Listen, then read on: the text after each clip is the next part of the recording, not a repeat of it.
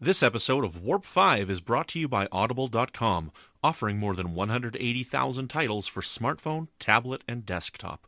To get a free audiobook of your choice and help Trek FM at the same time, visit audibletrial.com/trekfm. And also by Enterprise in Space, an international program of the non-profit National Space Society. Find out how you can help science and education and become a virtual crew member aboard the NSS Enterprise Orbiter by visiting enterpriseinspace.org. And if you want to join in on the conversation and share your thoughts on this episode or any other, please join the Babel Conference, our listeners group on Facebook. Just type Babel, that's Babel, into the Facebook search field. We look forward to seeing you there. This is David A. Goodman, writer and consulting producer for Star Trek Enterprise, and you're listening to Warp 5 on Trek FM.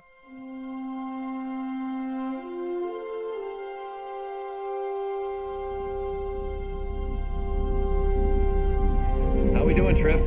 Ready when you are. Prepare for warp. Course laid in, sir. Request permission to get underway.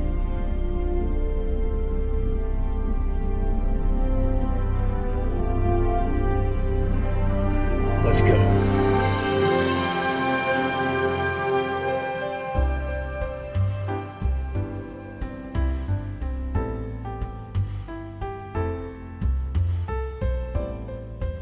Welcome, Boomers, to another episode of Warp 5, Trek FM's dedicated Enterprise podcast. I'm your host, Patrick Devlin, and I'm joined, as always, by Brandi Jackola. Brandi, how you doing today? I'm just fine, Patrick. How are you this fine day? I'm doing good, actually. Yesterday was Father's Day. Today's my daughter's 5th birthday, so I'm doing pretty good. Happy birthday. Yep. To your daughter. So I'll let her know. No, mine's next month. Yeah, just do tell her I said happy birthday. I will. Unfortunately, we are missing one member of the normal crew. Brandon will be away for a little while. He had to take soon off to prison, and then he was going to the Vulcan Science Academy to learn some stuff. So he'll be back when he can. In all seriousness, he's really busy in the summer, and he has that Vulcan. I guess that's a convention coming up. So he's got to get ready for. So he'll be back with us when that stuff is over. But today we do have a special guest. We have someone here that's going to help us out with this episode. Brandi, did we have any comments on Babel Conference this week? We did have a couple, and this was in regards to our last released episode, which was Warp 5 episode 151, and both of them are from Janet Lee. One probably is referring to episode 150, but in any case, Janet Lee says, given the fond memories Trip has of his father, does anyone find it weird that he didn't visit his parents in home? Why do you think that happened? And then she put a link to the best story that she'd seen that involves Trip meeting the Xyrillian child, except that they come to him, and there's a link to that in the Babel Conference. If you're not a member of the Babel Conference, you'll just have to join the Babel Conference in order to access that. And honestly, I don't necessarily think that he didn't visit his parents. I just don't think that we saw it. Because especially finding out that his sister was dead, I think he mentioned something about it, but I don't remember. I could be misremembering. So if he did visit them, we never saw it on screen. And then she added this comment as well. On Trip's grief, let's try that in English. On Trip's grief for Elizabeth, I like that Connor made it so palpable for the audience, although it probably was that way for him because he found out his wife was pregnant that same day. Trip is the first male character I remember whose emotions were treated as normal. That's what makes him stand out from a lot of everymen.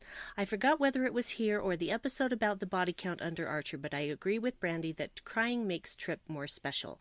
If you want to know which scenes give you the feels, she's your woman. Oh, yes, I have so many feels all the time. I will tell you about the feels. Yes, that is true. As far as her first comment, I never even gave it a thought. I just assume it happens off screen and we don't see it. Yeah, because I'm sure that there was still hurt at losing Elizabeth, and it would probably be difficult. It sounds weird, I know, but when you lose... when parents lose a child, no matter what age that child is, no matter what age the parents are, it is so hard because parents, believe that you have children. I mean, a lot of parents believe you have children so that, you will live on in them or to replace you once you're gone, whatever the theory is. And that they didn't end up having that with their daughter. And it's horrifying to lose a child. Absolutely horrifying. Yeah, absolutely. We do have a special guest here today.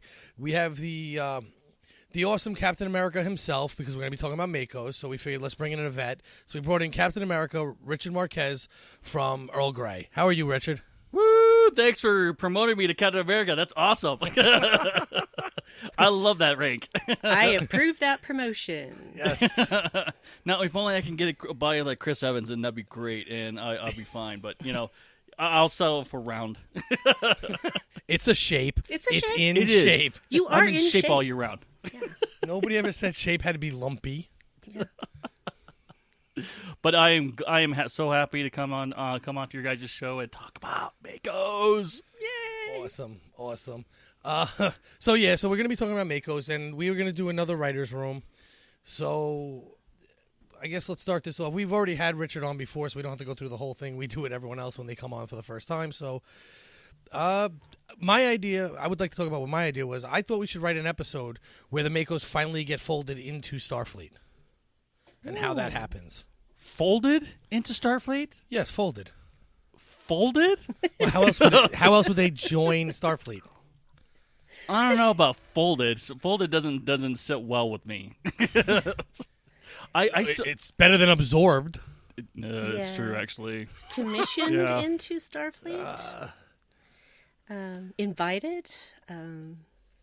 No, invite. You don't invite into military Integrated? organizations. Integrated. Okay, fine. So the episode Yes. will be about when the MACOs get integrated into Starfleet, and they stop being two separate forces, which we see throughout all of season 3. Yeah. That's Yeah.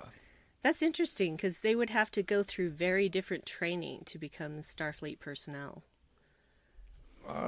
Possibly, but they would still be able to hold their own training when you go off. Like, for instance, if you're in the Army, you go off your MOS school, and that's when you get the training for your specific task. So that's when the MACO training could be brought into Starfleet and used from that point. But the Army doesn't take other people from other the Air Force and other branches don't take anyone else from other branches. So they just straight up just go out. Discharge them. No, yes, but we're not talking but about what MACOs happens in real life. Yeah, That's but true. because Yeah. MACOs would at some point we lose MACOs, right, between Right. Enterprise and TNG. So they had to go somewhere. I don't think they just disappeared. I think they became part of Starfleet. An elite task force. Well, they already have Section 31, so they didn't become that, No, right? I don't mean that. I'm just talking about, Oh, like Deltas? like a strike team. Yeah. Yeah, okay. That's, I don't know. I'm not the military person here. My dad was in the military, but that doesn't count. Okay. So, all right. So, Okay. So it's an interesting idea, and I like it. To be quite honest, I don't believe that the MACOs were ever absorbed or integrated or anything like that, because not every Starfleet officer is a like a combatant or something like that. You know what I mean? Like I'm not I don't know what kind of training they do. I assume they don't do hand-to-hand combat or something like that, or maybe they just do the double hand punch all the time. Style of fighting. Yeah. maybe the karate chop is their Or the karate main- chop, yeah. Completely ineffective. So, no, well, yeah, but you make a good point. So not everyone's a combatant, right? But we see security officers, and we see they would clearly be trained differently than a helmsman. True. That's true. So they would obviously have to have different schools within Starfleet, much like any other branch of any military would have. Right. That's fair. You have your basic, right, which would, in our world or this universe, you figure the basic is like schooling, and just the education of Starfleet, right? But then it would branch off into specialties. Yeah, because everybody starts as a grunt, and then you find out what you're good at, or you already have an idea of what you're good at and what you want to do, and then you go into... It's like going through, basically, public education. elementary school, junior high, high school. That's your boot camp. And then when you get to college, you can start doing your more specialized things to groom yourself for whatever career it is that you're going for. It's kind of like that, but it takes way longer. Right. So, okay. So, for instance, what was your MOS, Richard? 74 Delta. Okay, I can't even say mine, but it was Intel, right? So, No, we both had. I was not in Intel. No, mine's not Intel. No, but mine was. But so okay. no, mine was. That's why I can't say the number. Oh, okay. We'll just call it 94 Bravo because that's one of the ones that existed back then that wasn't mine. But it was on. You could look it up online. So, whatever. But we both went to the same basic training, and then you went off to your MOS, and I went off to mine. Mm-hmm. So I think that's where the MACOs are now made in the future, but they become just Starfleet security. Like a higher form of like Starfleet not just security? like the jerks on the ship, but like the people who would actually wage war. The ones that will actually take your head off. Yes. Yeah. Without a bat lip.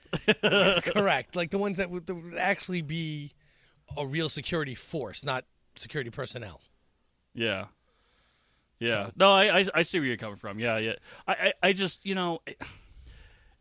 I know we're gonna cross streams here, but like, I mean, come on, we got to talk about at least the siege of AR-558. You know what I mean? Like they weren't technically, Starfleet officers.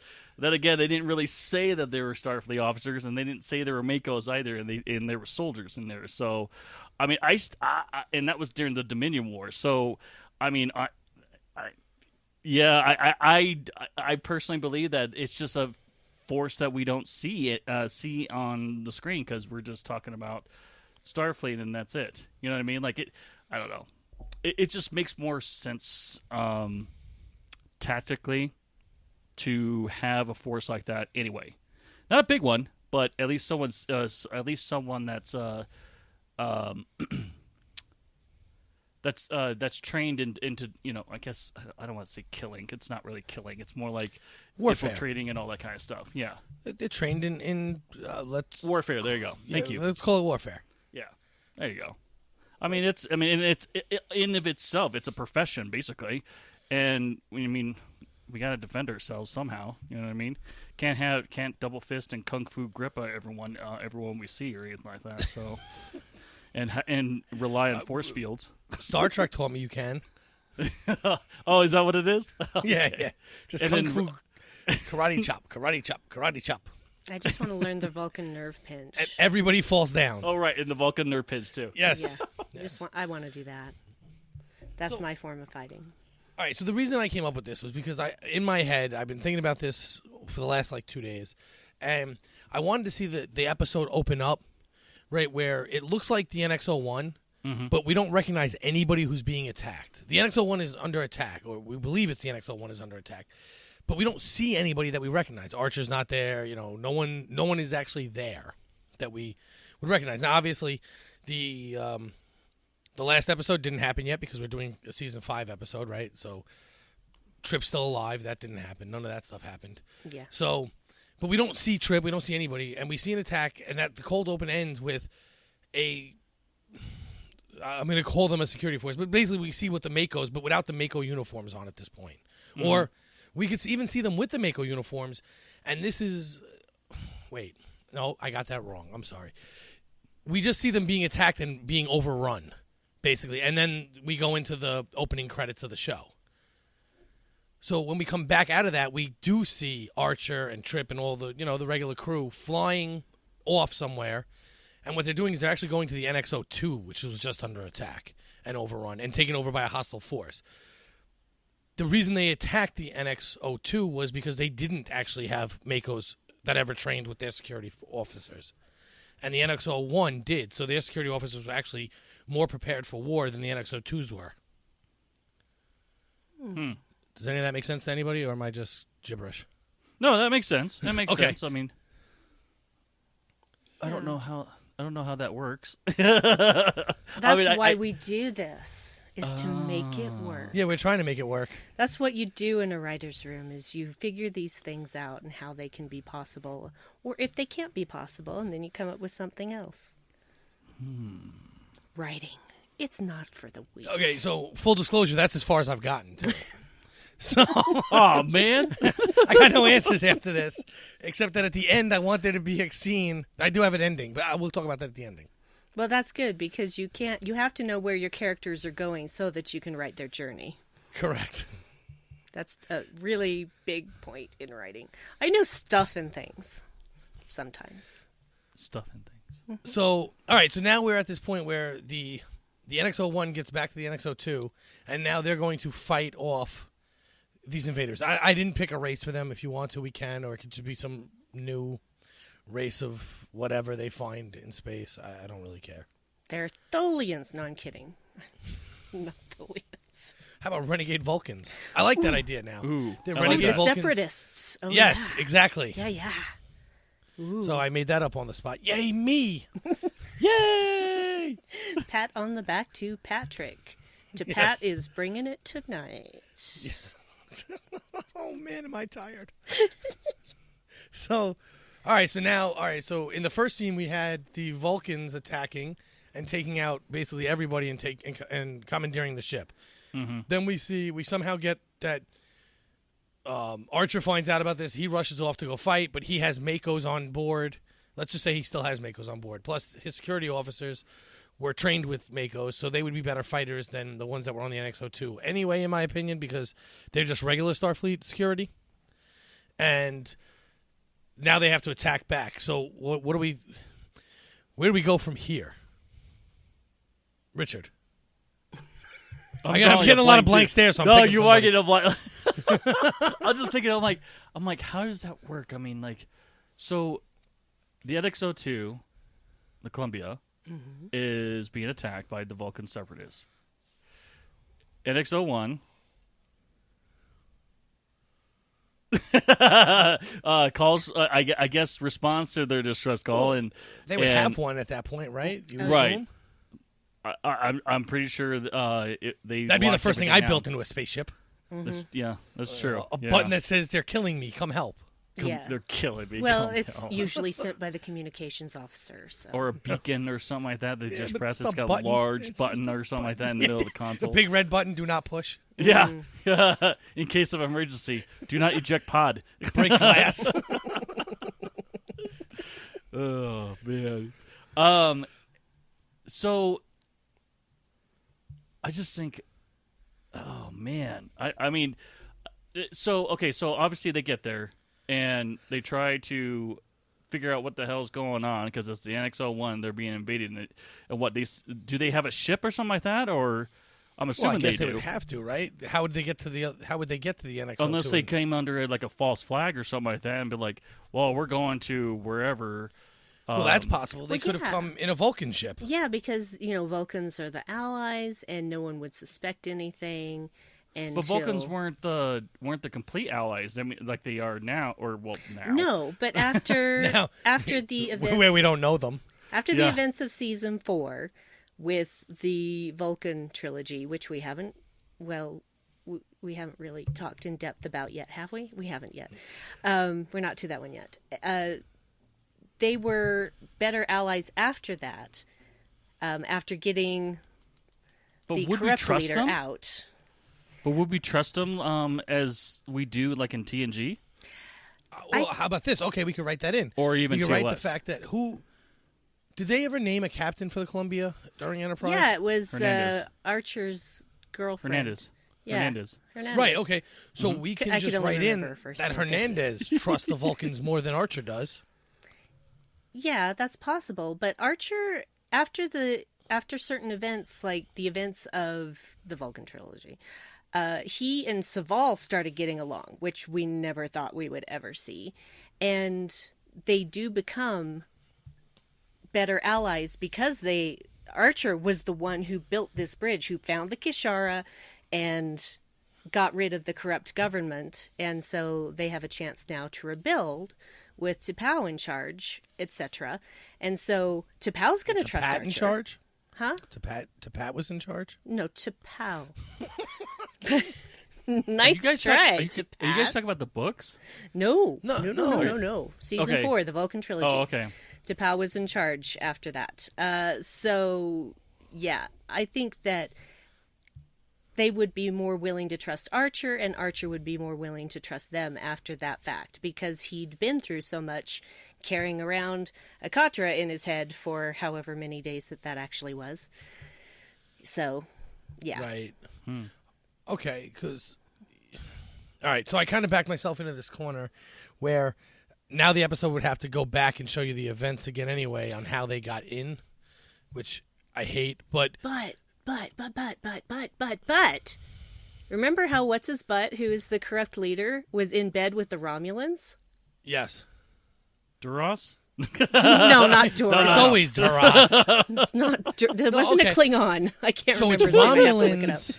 It's Romulans and the old guard Vulcans on a Vulcan ship that they stole. Yes. Just before or just after the events of the Vulcan trilogy. And they've altered their transponder signals so no one knows it's stolen. Blah, blah, blah. That works. Right. Yeah. Right. Okay. And there's a drone. We have to have a drone. Okay. I don't know why. I just want a drone. So that'll show up later. Star Wars, right? There's drones in Enterprise. Yeah, but now like They had the one guy floating around the thing, and the ship was doing barrel rolls for some reason. It made no sense. But if they can write nonsense, so can I. We're not All trying. right, fine. I'll give up on the drone. Okay, thank you. So I'm going to sneak this in later in the episode. And you get no feedback from us at all. But like, I want a drone in there. It's gonna be awesome, like BB-8 or something like that. No, not a droid, a drone. Same thing. No, it's not. No, it's not. Drones are not self-aware. No. Could we have a self-aware drone? That'd be like BB-8. It wouldn't be a drone. Okay, so just a self-aware spaceship. That would be Moya from Farscape, okay? And let's not go down that road because I would have a lot to say. Okay, so cold open, they're attacking the ship, and we see Vulcans only, right? Then it comes back from the credits. We get the first act would be Archer finding out about this, finding out it's his girlfriend, rushing off to save, right? Because he wants to save the ship and his girlfriend. That and he is Archer, the martyr. That's the one I was looking for. Yes, Archer the martyr. Then Act 2, right? So we get into Act 2. Act 2 is when we start doing they jump back to show you the initial attack on the ship, and now we actually see that Romulans are involved. Mm-hmm. And maybe they talk, or we get a quick flashback of them stealing the ship, going off to Romulus, and doing that whole thing and coming back. So now we have Archer and the NX-02 and unnamed Vulcan vessel in a standoff. I mean, Archer would be severely outgunned at this point, right? How would he get on the ship? Would he have to beam in? I guess so, yeah, but he's not even on the ship they yet. just have hull plating. There's That's nothing true. It's not hard. to stop them from beaming in. I mean, So. Brandi has said it numerous times. Basically, they pull up a blanket. Yeah, that's what hull plating does for you. It's like pulling a blanket over you. It does almost nothing to protect you. Unless your hull is lined with Trillium-D, and then you can't do that because all the Vulcans will go crazy. But wouldn't that be funny if the NX-02 had its hull lined with Trillium so it could go into the Expanse, but then they destroyed all the spheres, and it doesn't matter because the Expanse is back to normal, and I'll just stop talking. Okay. Okay. So, the elite fighting force beams over with Archer into whatever. The ships are identical, so he could obviously find a place to beam in that they wouldn't be standing, most likely, right? Well, I think they're at the point where they have to do it transporter pad to transporter pad still on ships, don't they? Yeah, but they get but he beamed out of that. You're right. You're right. Never mind. Like in mid-run. Yeah. Like he quantum leaped it. Of course. That's true. Yeah, That's that true. works for me. So Okay, so he shoots over there. The MACOs go with him, right? And now at this point, they start dropping tear gas or whatever down the hallways. They're making their way through the halls, and they come in contact with, I would assume, let's just say Romulans first, because there's probably more Romulans than Vulcan separatists, right? that would be my guess, yes. Yeah. So we would have cool firefights at this point. We could bang, pew, pew, stuff like that. Yes. Well, you can Yeah, only no, do the so sound much in a effects suck. hallway, dude. What? I said you can only do so much in a hallway. Maybe I don't know. Maybe in the mess hall. There you go. Have you seen Star Trek? They're always hiding behind some like bulkhead that's just randomly placed in a hallway. This is true. They're so all many over the bulkheads. place. So many bulkheads. See, now I think what we should do is we should still have Archer coming over to the ship and we just see him at first. Then we go into Act 2 and he's like, oh, and by the way, I brought help. And then, yeah, all the MACOs are there too. So it's still a surprise because you don't know that the MACOs are still on the ship yet. Right. So that makes sense. Right. So Act 1, Archer beams in. Now does he get confronted by the Romulan or the Vulcan leader at that point? Otherwise, he can't say, oh, by the way, if he's talking to no one. Well, no. I mean, there's still other people on the ship. So, I mean, there's still other crew members still alive, or have they murdered everybody at this point? No, they're alive, but, I mean, okay. Because they would want to beam into an area that doesn't have any Vulcans or Romulans in it. Because otherwise they will be immediately fired upon. And you don't want to get fired upon while beaming in because we all know what happened to Major Hayes. Yes, that didn't work out. No, it didn't. It did not. Okay, so Richard, any ideas? So far you guys have got going. You guys came up with quite a bit. I'm like, wow, that was more than I came up with, but okay.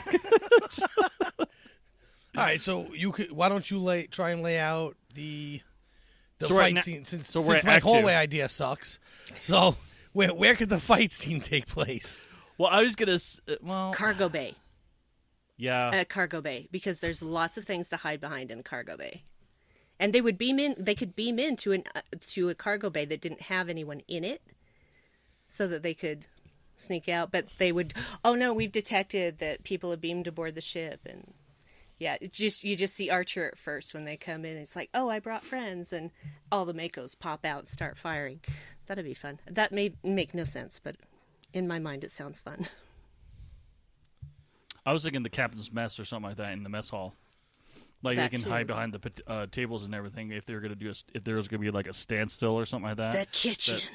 The kitchen. The kitchen. Well, that would be I cool don't. 'cause, like, I don't know how big it is exactly. The but kitchen's it's pretty huge big. now. Yeah, I would think it's huge big. now. Yeah, it's huge now. We just added 20 feet. Yeah. We got to fit like 5 more people in this place. Well, so. see, that's the thing. Make that set bigger. The Columbia has a bigger kitchen because Archer's cook. More people. Yeah. More people. And That's right. Archer's cook would complain about how he didn't have enough room to work, I'm sure. And so There you go. they decided, they got to have a bigger kitchen on the So they got rid of like 3 bathrooms and they gave him a whole bunch of extra kitchen space. Yep. So the MACOs beam in and like they could just like start flipping tables up. Yeah. Hide behind tables. And let's shooting hope they over can tables. like withstand, multiple phaser shots. Because I'm assuming that they probably don't, but Well, let's just say they do. That all depends on whether the Romulans have their phasers on kill or stun. It'd be kill. It'd probably be kill. There Yeah. you go. Well, then it's probably gonna. It may not. Obliterate. It may not burn through a table on 1 or 2 shots, but if you fired a concentrated beam, it could burn through a metal table. Yeah, well, I mean, yeah. So I'm assuming stainless steel, right, or better, whatever, Right. whatever high-end metal they have then. Vibranium. Oh wait, wrong universe. Sorry. Well, we have Captain America. It's okay.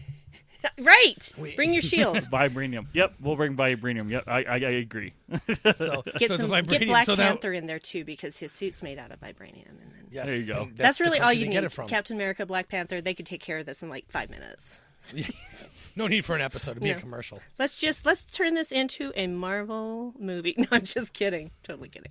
So okay. So all right. So now now we have a big fight in the mess hall, right? That's what we decided. The kitchen, Mess galley, hall whatever. / galley. Yeah. Right. Tear gas or whatever. Pew pew shooting. People die. Romulans die. How many MACOs do we think were brought over? How many? Take a ship that size, probably 20. That's what I was going More. to say. I would say take Big all of the kitchen. MACOs that you could with that kind of attacking force. So Yeah, but you couldn't take them all. You couldn't take all of them off the ship because there's still a Vulcan ship full of Romulans waiting to attack. That could possibly attack the NX-01. yeah, but the NX-01 is better prepared because they're not going to be caught with their pants down, are they? Well, So, true. but I would say I split the forces in half. Take half of the MACOs with you, leave half of them on NX-01. So there's 40 of them altogether. Let's say there's 40. That sounds Okay. good. Yeah, because there was probably too few in season 3 anyway. Yeah. They only showed like 7. And that But wouldn't I have mean, been enough. they were a good fighting force, so maybe they only needed 7. They're Well, that good. there were more. I feel like that it was more like a couple dozen that was on in XO1 in season 3. I would have to look that up to be sure, but it feels to me like I read somewhere that it was a couple of dozen. So Okay. that were on the, but you can't, unless you start building more crew quarters, you can't logistically have an extra 40 people hanging around on your ship without making some concessions, having Sure a you lot can. more food. Sure, you can. Just get rid of the gym and the swimming pool and put in racks and bunks and all that kind of stuff. And We'll make that's it work. why the NX-01 had a small kitchen. That's right. Exactly. They trimmed it down. There you go. They took off 20 feet to fit 20 people. And then Okay. and then when it's not mealtime, that's when the MACOs go in there and set up their bunks and everything, and there you go.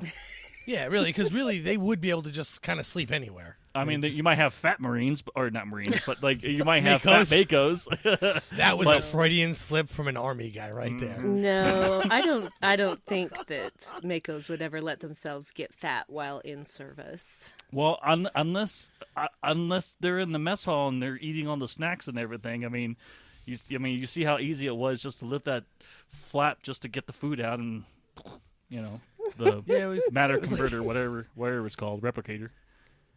Well, they didn't have a replicator though, except for drinks. No, it was more like the 70s where you put like a quarter in and pull out a burger. Yeah. Oh, yeah. Like the automat. That's what they were called. Is that what that was called? They were Wow. called automats. Yeah. So we'd have to lock them so no midnight snacking by the MACOs. I like that. So Cook's like, All I'm right, only so- one person. I cannot feed this many people. That's right. That's all right. right, so now So yeah, at the end of this battle, do we want it any has of the to come good guys down to to get a captured? standstill Yeah. at least. right? So okay, so a standoff, right? So Standoff. Yeah. We're stuck now. There's like whatever, 15 of them left and 15 Starfleet or MACOs left, right? Right. And Archer's like, he's got to be in this room somewhere, so he's hiding behind some. Or was he? Maybe he was shot in the leg. I like him being shot in the leg. Okay. So it must have been on stun, I guess. Or it could have burned right through his leg. Yeah. Now he's got a hole in his leg. There That you go. sucks. That's not going to kill him. Yeah, it That won't still kill because sucks. at least it burned all the way through. It won't. Yeah. It won't. It would have it won't cauterized Right, as right. it was burning through. Yeah, So it's you not wouldn't. like You wouldn't bleed to death. no. That's the nice part about phasers is it cauterizes as it kills you. Yes. It hurts like a makes- son of a. Yeah. Yeah. All right, so now we put a hole in our captain. Well, he's Archer the Martyr. He can take it. So he's down. The MACOs grab him. Now they're at a standstill. Now what? Well, here's the thing. They know the NX-02 better than the Romulans and Vulcans do. They know because she's built basically the same way as the NX-01.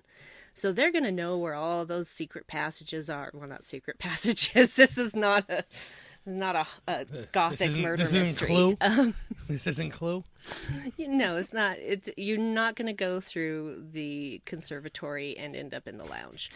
Or was it the library? Or the study? I can't remember. All four of those somehow can be Yeah. opposite each other. So Whatever the opposite was. So right, yeah. but the Jeffries tubes in Jeffries, every other. yeah, every- exactly. yeah. They're going to know their way around that ship way better than any opposing force. And so they can find ways out of there. Like Archer could lay down a suppressing fire and keep them distracted while other MACOs get into the Jeffries tubes corridors, whatever you want to call them, and sneak around and come at the Romulans from behind.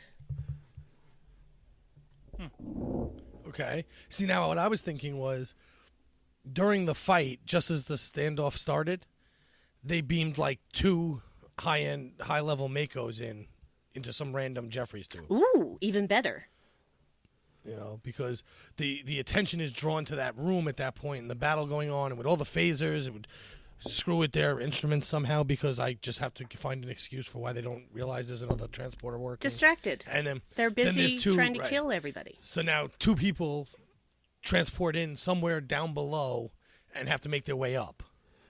And if they have if they've come from a ship, I think the first thing that you would want to do also is disable communications so that they can't contact that ship and let them know what's going on. Yes. So. Yes, very true. Oh, wait.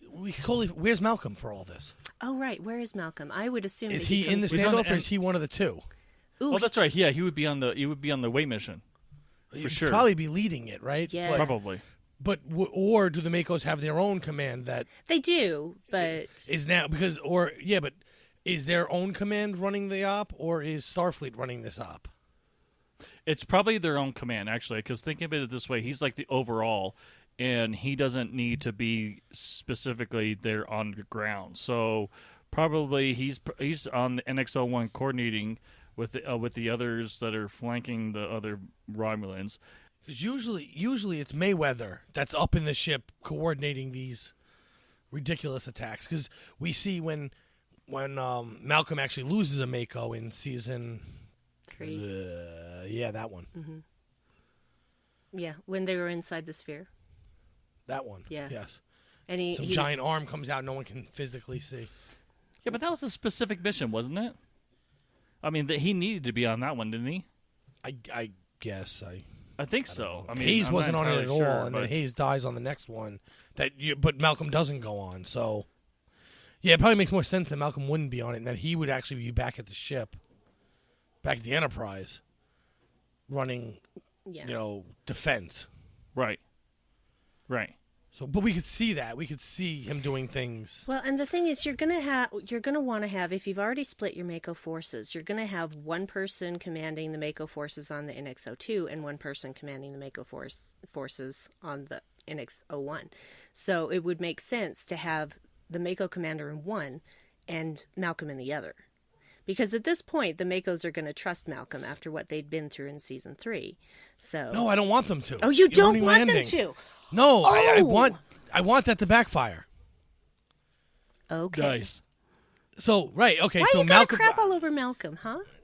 I know I like Malcolm a lot, but Malcolm no, has it- enough crap on him. He just- right, and this has to happen to move my story forward. Okay. So now Malcolm is back on the NX-01. Let's just leave it at that. They're in the standoff. He beams over. He tells them not to beam in behind, that they'll take care of it on the ship. They do it anyway, right? Mm-hmm. Now the MACOs on the Enterprise, they want to mount an assault on the Vulcan ship, but Malcolm keeps saying no, he wants them to stay here because there'll be no one left to defend the ship if something happened to them over there. Mm-hmm. Well, and for whatever reason, there's a big uprising where they go against Malcolm. They have to not listen to Malcolm at this point. They mutiny? Yes. And the reason being is because that's what's going to be the driving force to eventually bring in the MACOs and force Malcolm to go through the same kind of training as them. I know he did in season 3, but these are not the same MACOs as season 3, so they don't trust them like the guys that served with him in season 3 would have. So there would be no one from that team in season 3? They're already on the ship. They're pinned down. Okay. I got you. I know where you're going now. Okay. So, and maybe that's part of the problem. Maybe the fact that people that he's close to from season 3 are pinned down, that they think that's shading his opinion because he lost that guy at the Sphere. Mm-hmm. Well, and he also lost Hayes. He did, but, well, he wasn't there when that happened. Well, he wasn't, but Hayes was there to rescue Hoshi, which is one of the Starfleet crew members. And so Malcolm took that personally because he was there rescuing a member of Malcolm's crew. Yeah, and they had just made up. Yeah, they had They had just gotten to a mutual, a mutual respect for one another. Yeah. Even though Malcolm had just lost the other guy's like best friend, apparently. Yeah, well, I did like Malcolm's reaction to that, but we've already talked about that because it's getting a little. I think we're confusing Richard. Yeah, we're. he just talks about how we're getting a little too. What's the word that he used to losing people. Yes. Okay, so in season 3, there's the episode where they go to the Spear and Malcolm loses. I can't remember the guy's name, but he ends up dying. Yep. I remember. And him and Hayes have the conversation at the end of that episode where Hayes is like, I don't like putting someone under someone else's command, right? Because that line is what brought me to this episode, if that makes sense, right? Because the MACOs don't like putting one of their own under someone else's command. So when he says that, though, Malcolm vehemently tries to defend himself at that moment, saying, I did everything I did everything right, or I did everything I could. I didn't want to lose him either. And Hayes at that point like agrees with him, saying, no, it's not you. I don't like that I wasn't there, kind of thing. And They kind of hug and make up because they've been fighting up until this point, pop shots at each other for the first half of that season. Actually, for like 3/4 of the season, this episode was very late in the season. But they kind of started to make up when they were forced to train together. True. They were kind of like they were shoved in a room and they were like, "Yo, beat each other up till you're okay." And but this is like the culmination of that arc between the two of them. And then the very next episode, Hayes is teleporting out and gets shot through and dies. And the last person he talks to is Malcolm. Right? Yeah. Right. So I remember. Yeah, it's all coming back to me. But that informs the idea for my episode. Okay. That makes sense. Because now the MACOs that were not with... See, the only thing that doesn't make any sense here with my story is, why would they add more MACOs to the Enterprise and not add any to the Columbia? But I'm going to fix that with a really bad excuse, which is okay because it's Star Trek. And that's how we fix Klingons. What I'm going to do is, I'm going to say that the Enterprise was still going way out into deep space, and the Columbia wasn't going as far and was still under like some kind of trials for some new something. A new so warp there are no drive? MACOs on board. What? A new warp drive or something like that? Sure, yeah, they were trying to get to 6 or 7. Yeah. That works. And then because of that, they didn't bother putting any MACOs on. But then this whole thing in Act 4 happens where Malcolm is trying to order the MACOs to do things. They're not the ones that served with him in Season 3. They disobey him completely in mutiny. And in Act 5, we finally get Malcolm, let's say, whatever. We find out in... Archer gets out, the MACOs take back the ship, the NX-02, the Columbia is fine. Maybe they steal a bit of information, but nothing really substantial, I guess, at that point, other than their warp drive technology, which the Romulans and the Vulcans would already have higher levels of information on that anyway. But now they're taking in front of like Starfleet, like under investigation, and this is when Malcolm starts pounding on the desk saying, we need to bring these forces in because it's not working with them just having to listen to me. Yeah, that makes sense. What if they have the extra MACOs on board because they were going to deliver them to Columbia? And that's why Enterprise is even in the vicinity to begin with, because they had picked up the MACOs and they were meeting the Columbia and transferring a contingent of MACOs to Columbia. I like that better. Because that would give us more than enough. That would give us more than enough MACOs. Right. We win. There you go. More than enough. Plausible situation. There you go. I did a thing to make up for my earlier thing that I did. And then obviously the very end of this whole episode, we end up seeing Phlox with some bug that he shoves on Archer's leg, and the hole's gone. Yeah. Oh, you got to fix the hole. Yeah, well, of course you got to fix the hole. It's probably some kind of weird beetle that secretes, that it devours the skin. Oh yeah, it devours the necrotic tissue and starts secreting something that helps rebuild the skin cells. Because why can't we just put leeches on him or something like that? You know what I mean? Yeah, but you can't put leeches on a hole. Oh, hole. Oh, got it. I was like, okay, I thought we were still on his hole in his leg. Yeah. Oh, right. Yeah, no, the hull.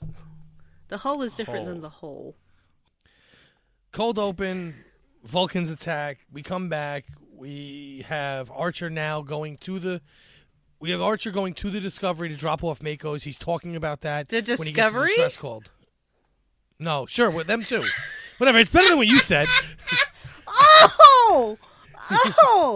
Really? Okay, the Columbia They're both spaceships that we've used. Yeah. In fact, they're all three of them are. Yeah, but they're not in the same timeline. I mean, they're not in the same time frame of the timeline. I mean NASA. But, but okay, they're going back. That's why I keep saying NX-01. I do too many shows with too many different ships. So we go back to the NX-02, but that's when they get the distress call. So then they warp off. Then we have the gun, right? Act 3 was the gunfight in the mess hall. Yep. Perfect. Act 4 was everyone basically like face palming Malcolm because they didn't want to listen to him. And Act 5 is Malcolm under investigation for not being able to control his troops. Dun dun dun. Dun. Is this? How's that work for everybody? Is this a? Is that how it ends? Is that how we're ending it? Well, I mean, yeah, because this could be like a 3-story arc where the next 2 was them actually going about the process of training Starfleet to be MACOs. And then have like an episode or a couple episodes of them acclimating to the training and resisting or something like that. Or this is not how we did it in the MACOs or something like that. Yeah, well, there would be a exactly. lot of that. Oh, I have an idea to retcon why the Vulcan ship attacked. What if the Vulcan ship, they lured the Columbia in with a distress call, and then they attacked because, the Columbia would just think, oh, these are our allies, go in with hull plating down because not that it makes any difference anyway. But, no, but that would make more sense for Romulans anyway, wouldn't it? Yeah, because that would make more sense than just suddenly they're being attacked and we don't know why. So, but they could be trying to lure in the Columbia knowing that she is understaffed and would make an easy target in their minds. And, The only thing I would change is I would say one of the Vulcans we have seen that are now friends with Starfleet need to be on that ship. Someone from season 4, even if it was just someone in the background somewhere, we'd have to be able to, so that during this arc somewhere we can say, we could somehow have someone that we didn't know of that was like playing a double agent. Okay. Because they're all over the place in Star Trek.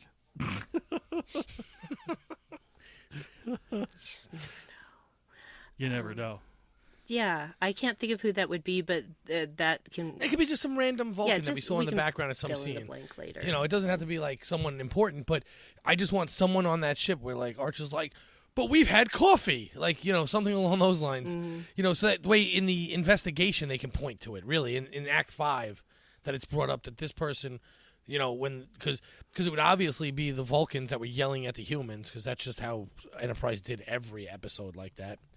When they were doing that, Malcolm could get all pissed and scream back, but you had so-and-so that was a Romulan agent the whole time, and you didn't even know it. Because it would stand to reason that they weren't going to know all of the Vulcan conspirators after that whole situation with the Kishara. Absolutely. So, yeah, that's good. That works. I like that. I like it. What do you think, like it Richard? too. Okay, cool. I like it. You guys are filling in the blanks, and I'm like, yeah, that makes sense. Yeah, that sounds interesting. Yeah, and I'm just like, okay. So is there anything you'd like to add to the episode? More than we've already done? No, actually. Or anything in here you want to change? Look how useful I am.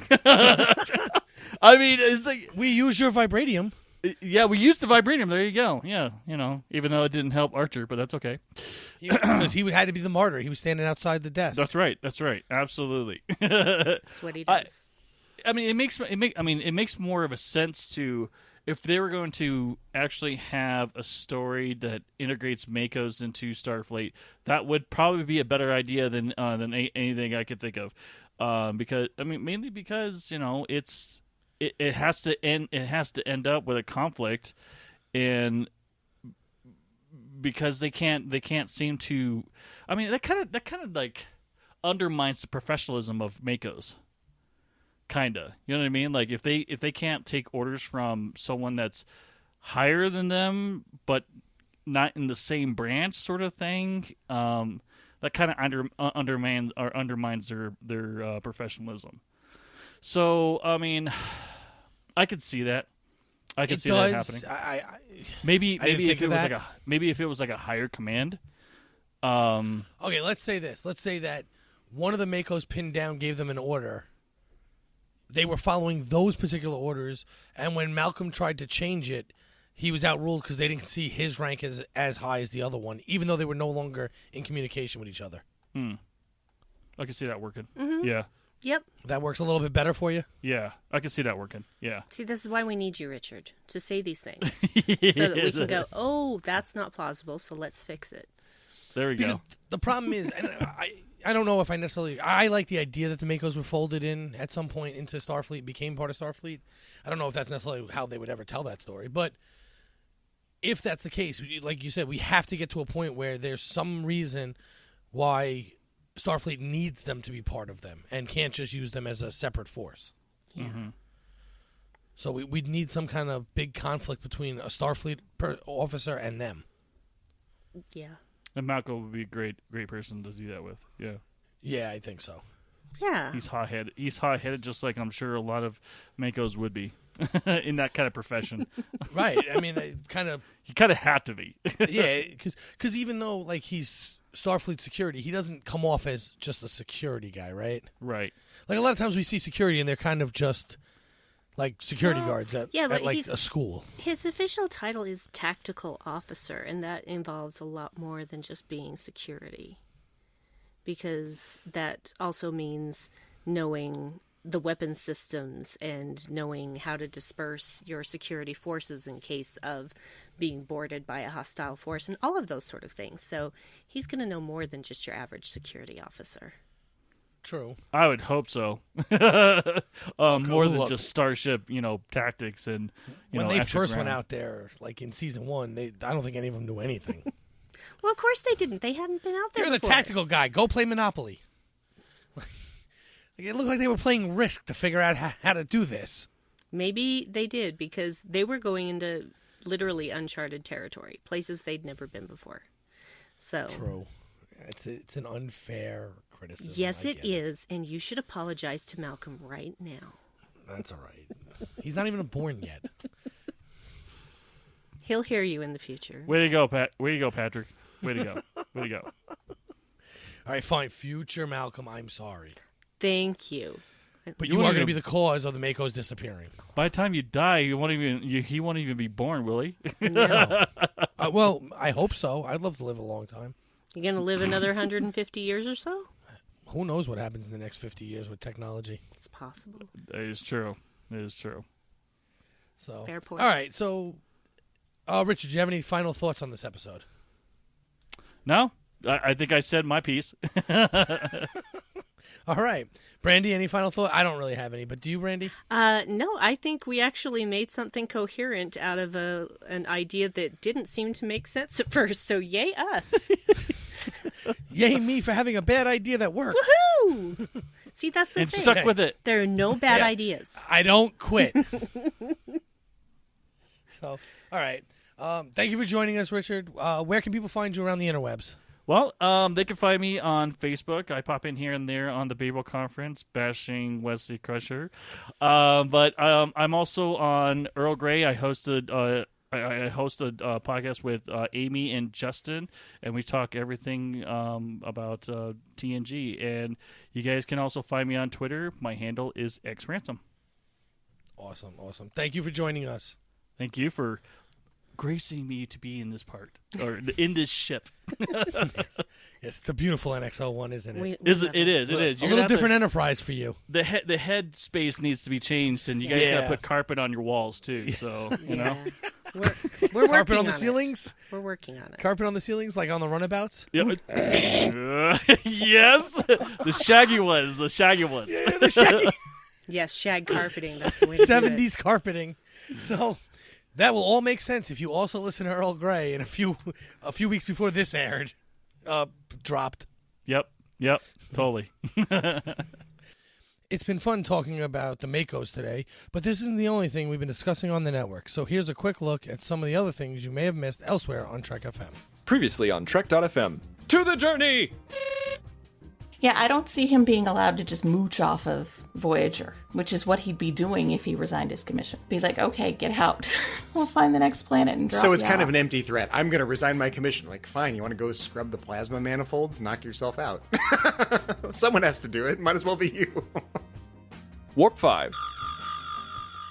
DeLorean? I'm terrible with names, let me just tell you. Just like Back to the Future, man. DeLorean.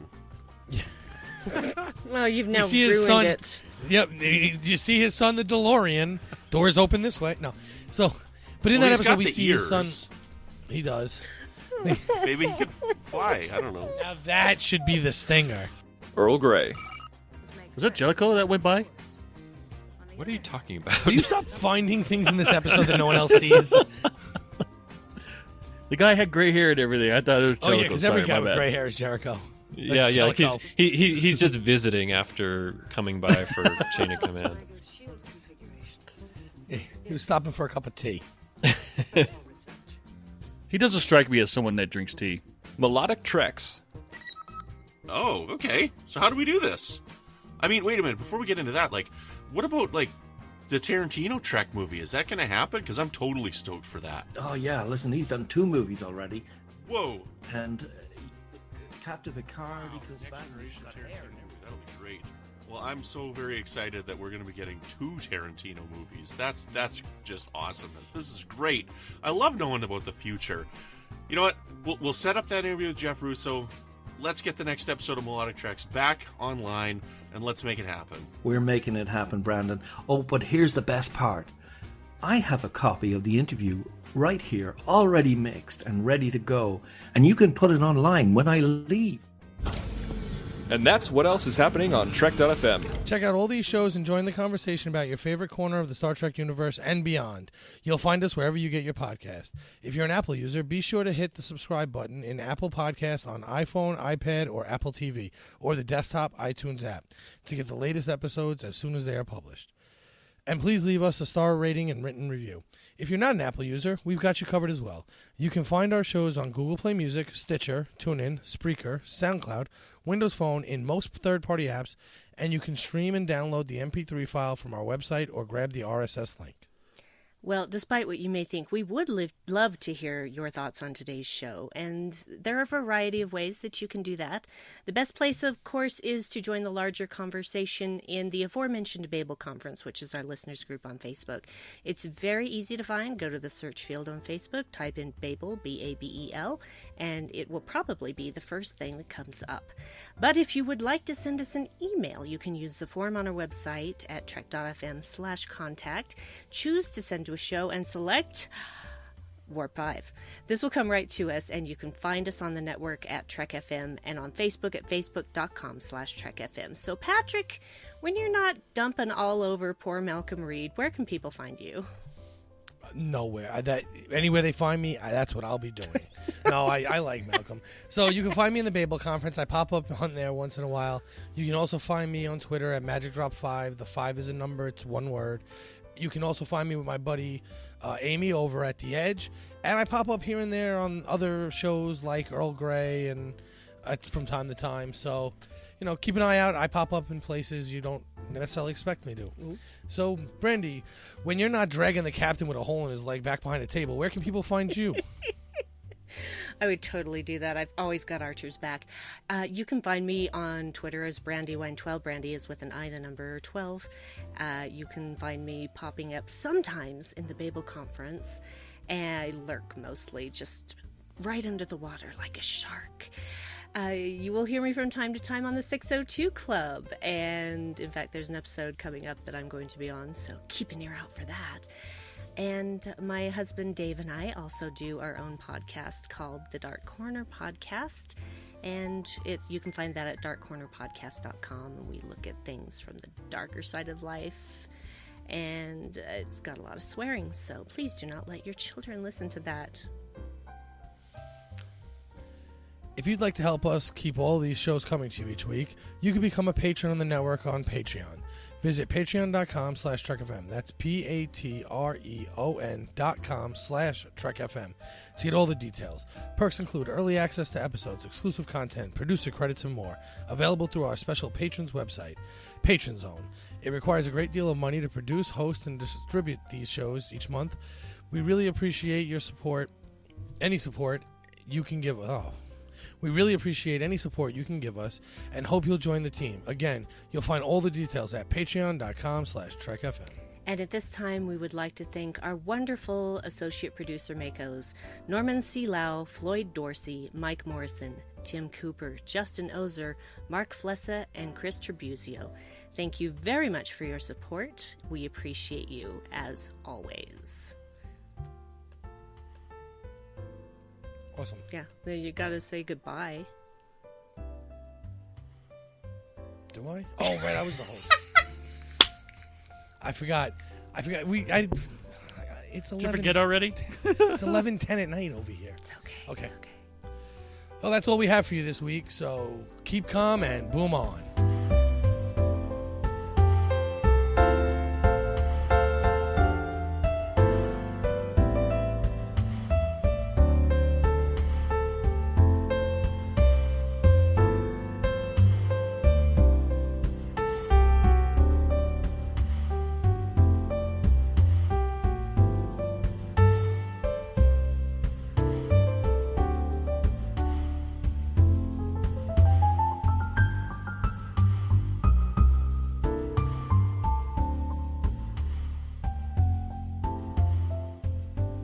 We still have to get the MACOs in here at some point. Mm-hmm.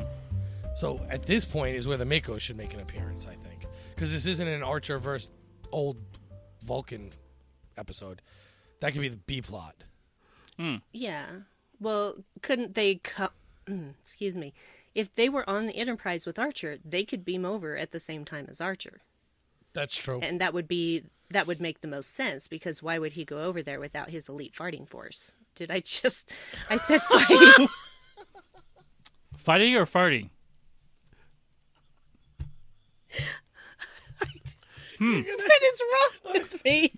All right. Well, that's going to be a gas lethal. them out? Yeah, NBC. There you go. That's my job, dude. Let's do it. Roll some canisters. Let's go. Okay. It's storm fart all over again. No.